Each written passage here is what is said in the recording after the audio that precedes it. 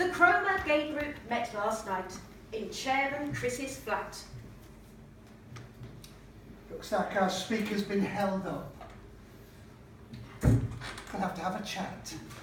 The members sighed and checked the time. More people could arrive. It's only 10:15 p.m. Let's wait. Suggested Clive. The 5 campaigners sat and looked politically aware. Well, Clive was taken off his guard when Chris leapt from his chair. Make sure you've had a gypsy cream. There are some hereabouts.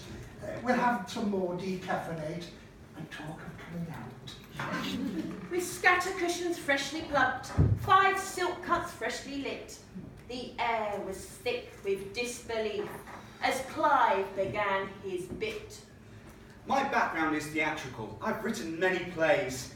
Between the flies and the footlights, I've encountered many gays. But few of them admit the fact it might end their career. If life's a farce, they play the role. Oh, is that an ashtray, dear? Things changed for me dramatically when Colin chanced along. He'd come out in the Guards and got court-martialed in Hong Kong. They took his stripes and shipped him back utterly destroyed. I found him, wrote and staged his life. Now, I'm unemployed. All Colin did was shrug and smile. But Carol caught the flame. My story isn't quite so glum, but poignant all the same. I met my girlfriend Marigold in 1968. We'd never heard of lesbians. We presumed that we were straight. We bought a bed and breakfast place down by the riverside and made ends meet until we were exposed on Nationwide.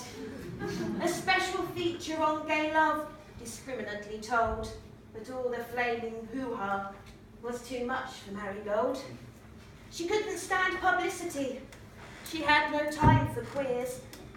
To cut this story short, she left. I've not seen her for years. The settee twanged uneasily. A tap dripped in the loo. Well, all that's in the past, Said Chris. I do like your shampoo. Oh. It's almond-scented VO5. Why, yes, of course it is. That scent's the one that brought about my metamorphosize. My bedroom faces east, you see. My curtains are quite thin. At 5 o'clock in summertime, the sun comes streaming in. No matter how I try to sleep, I lie there wide awake. That's when I look through my cookery books and for fancy things to bake. One morning, something caught my eye. Almond and prune supplies.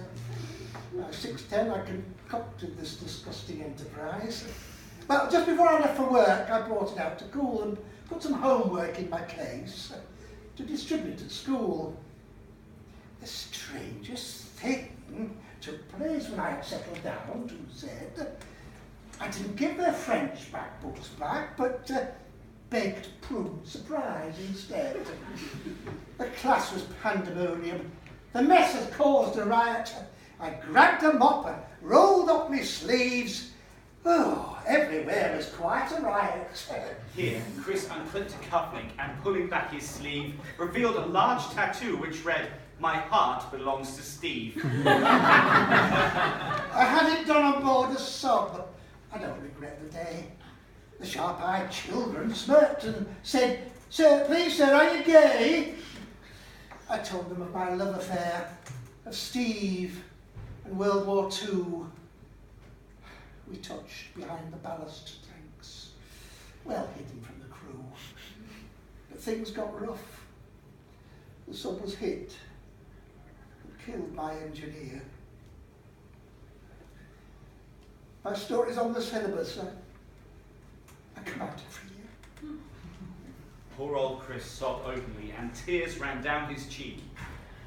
Thank you all for dropping by. Perhaps see you all next week.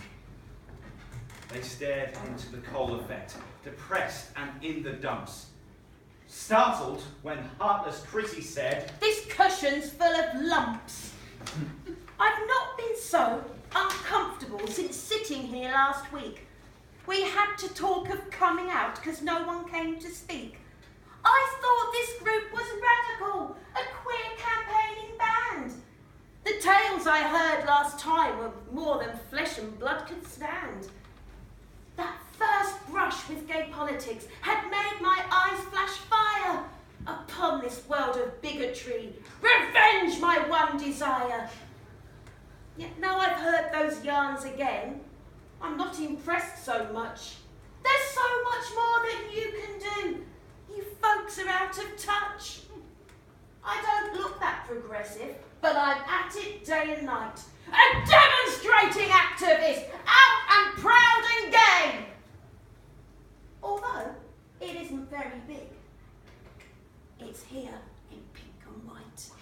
In Tesco's or the takeaway. It works like dynamite. She squinted round, real furtive-like, just like a naughty child.